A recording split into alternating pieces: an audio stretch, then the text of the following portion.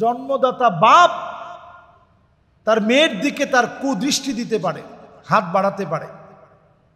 তবে ইসলাম এক্ষেত্রে পরিষ্কার বলেছে, যখনই আপনার বয়সটা বাড়বে, আপনার পোশাকটা যেন আপনার মেয়ে হোক, কিন্তু আপনার পোশাকটা শালীন হতে হবে।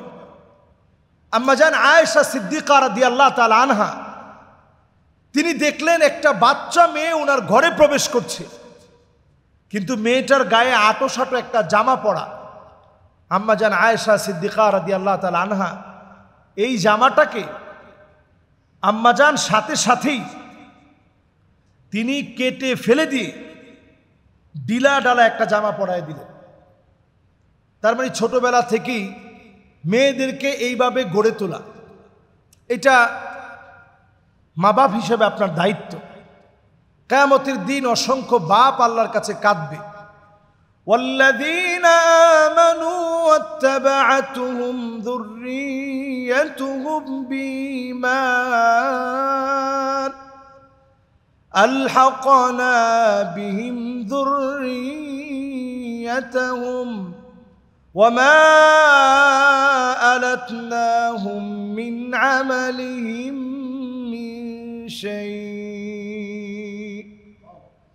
সেদিন অসংখ্য বাপ আল্লাহর কাছে কাঁদবে। আল্লাহ বলবে, তোমার কাঁদার কারণ কি? বাপ সেদিন বলবে, আল্লাহ আমি এই জন্য কাঁদতেছি, কোথায় আমার ছেলে, কোথায় আমার মেয়ে, এক নজর তাদেরকে দেখতে চাই। অসংখ্য বাপ সেদিন তাদের ছেলে মেয়েকে পাবে না। সম্মানিত দিনী ভাইরা, বড় আফসোস, আখিরি জামানায় অধিকাংশ ছেলে মেয়ে ইয়াতারাজ্জাল ওয়া ইয়াতাআন্নাস, ছেলে মেয়ে হতে চায়, মেয়ে ছেলে হতে চায়।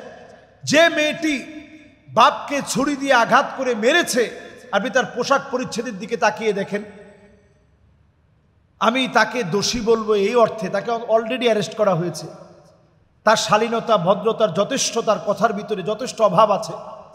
বাবা একেবারে নির্দোষ সেটা তো আমি বলতে পারবো না, এটা এখনো প্রমাণিত হওয়ার বিষয়। আদৌ বিষয়টা এমন হয়েছে কিনা, অথবা মেয়েটা কোনোভাবে নেশাগ্রস্ত কিনা, এই সকল বিষয় তদন্ত সাপেক্ষ বিষয়। তবে এক্ষেত্রে পরিষ্কার একটি কথা, আমাদের গড়গুলো নানাভাবে এভাবে ধ্বংস হয়ে যাচ্ছে। এই ধ্বংস হওয়ার পিছনে কারণ একটাই, আমরা আমাদের সন্তানদেরকে দ্বীনের শিক্ষা দিতে পারিনি। একটা সন্তান আপনার কাছে তিনটা অধিকার প্রাপ্য। এক নাম্বার, আপনি স্ত্রী হিসাবে যাকে বেছে নেবেন তিনি নেককার দিনদার হবে। দুই নাম্বার, আপনার সন্তানের সুন্দর একটা নাম আপনি রাখবেন। তিন নাম্বার, আপনার সন্তানকে ছোটবেলায় আপনি তাওহীদ শিক্ষা দিবেন, আল্লাহকে চিনাবেন। এই তিনটা দায়িত্ব ছোটবেলা থেকে আপনার কাঁধের উপর আল্লাহ তাআলা দিয়ে দিয়েছেন। আমরা কয়জন বাবা হিসেবে এই দায়িত্ব পালন করেছি? অসংখ্য বাপ আমরা এই দায়িত্বটা পালন করি নাই। আল্লাহর আদালতে কিভাবে আমরা জবাব দিব? এই দৃশ্যগুলো যখন দেখি আমাদের মনে হয় আমরাও তো আমাদের সন্তানদেরকে কলিজার চাইতে বেশি ভালোবাসি। সেই সন্তানদের হাতে মা বাপ খুন হওয়া, এটা কিয়ামতের একটা আলামত।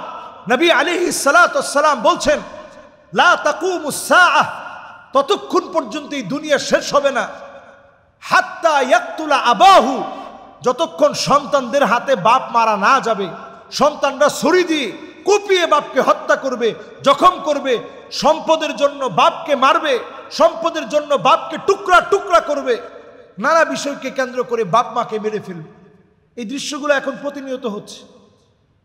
এটা কিয়ামতের আলামত। আল্লাহর কাছে আমরা পানাহ চাই, মাআযাল্লাহ, যে ঘটনা ঘটেছে সূক্ষ্ম থেকে সূক্ষ্মভাবে আইনি তদন্তের মধ্য দিয়ে এর নিরপেক্ষ বিচার হোক, জাতির সামনে প্রকাশিত হোক।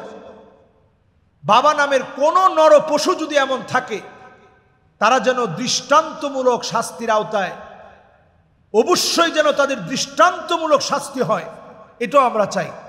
পারিবারিক ইন্ধন থাকলে তাদেরও শাস্তি চাই। আমরা এমন কোনো অঘটন আমরা বাংলাদেশে দেখতে চাই না। আল্লাহ আমাদেরকে বোঝার তৌফিক দান করুক।